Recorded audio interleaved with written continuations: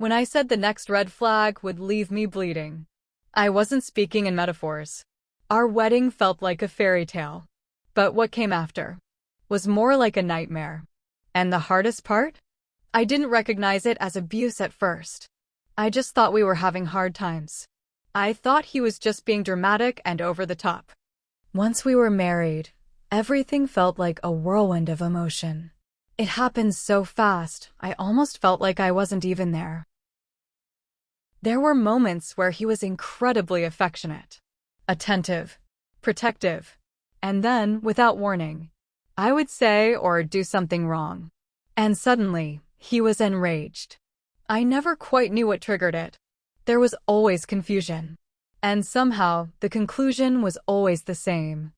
I needed to change something or fix something.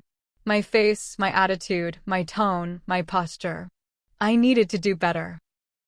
Very quickly, he began making all the decisions. And I let him. Not because I didn't have opinions, but because every time I chose something, he found a way to convince me that his choice was better.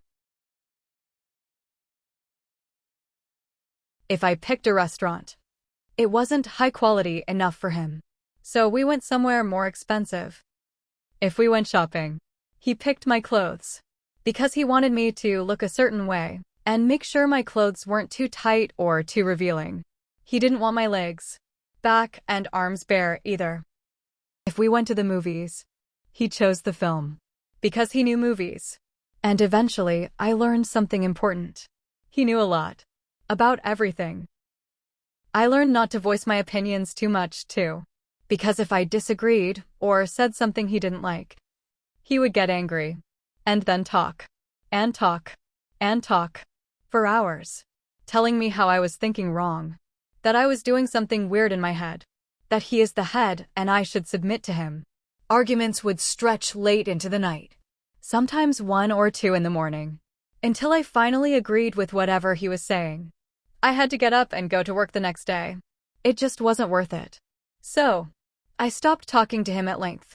And just nodded my head to keep the peace and my sanity. I found a sense of refuge when I decided to mostly hold conversations with him. When he spoke to me first.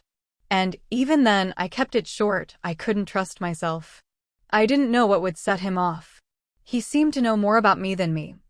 After all, like he said, he was on the outside and able to see me better than I could see myself.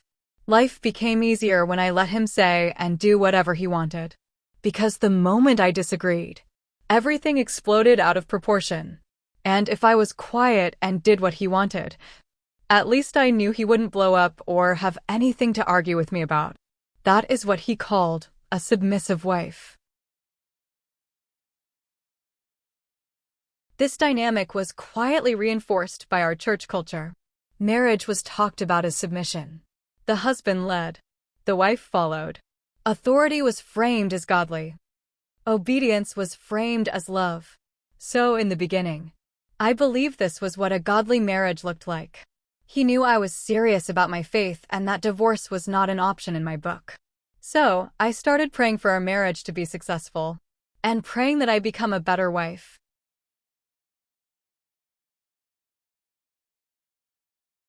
He was very protective of me, and I could hardly go anywhere without him. He was a pianist, so if he had a gig, he wanted me right there with him. He called me at work every single day, sometimes staying on the phone for hours, because he missed me. At the time, I thought it was love. I had just landed an internship at my dream job. I loved it. I imagined building a future there after graduation. My boss would walk by and always see me on the phone. I started getting nervous. When I asked him to stop calling so much, he accused me of wanting to talk to someone else, and insisted it wasn't a big deal as long as I got my work done. I guess the only way for him to make sure I wasn't talking to anyone else was to occupy all of my time himself.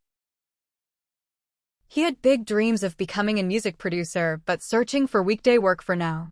We were busy, his gigs, eating out, shopping, spending lots of money. When I got concerned about the credit card bills piling up and I wondered if he was really looking for employment every day, he said yes. But deep down, I didn't believe him. How could he be actively looking for employment when we were on the phone together from the moment he woke up until I got off work? Eventually, he landed a job. A knife salesman. Door to door. And I thought to myself, there's no way he's serious. But he was excited.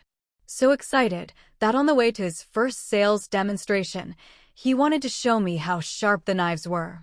In the car, while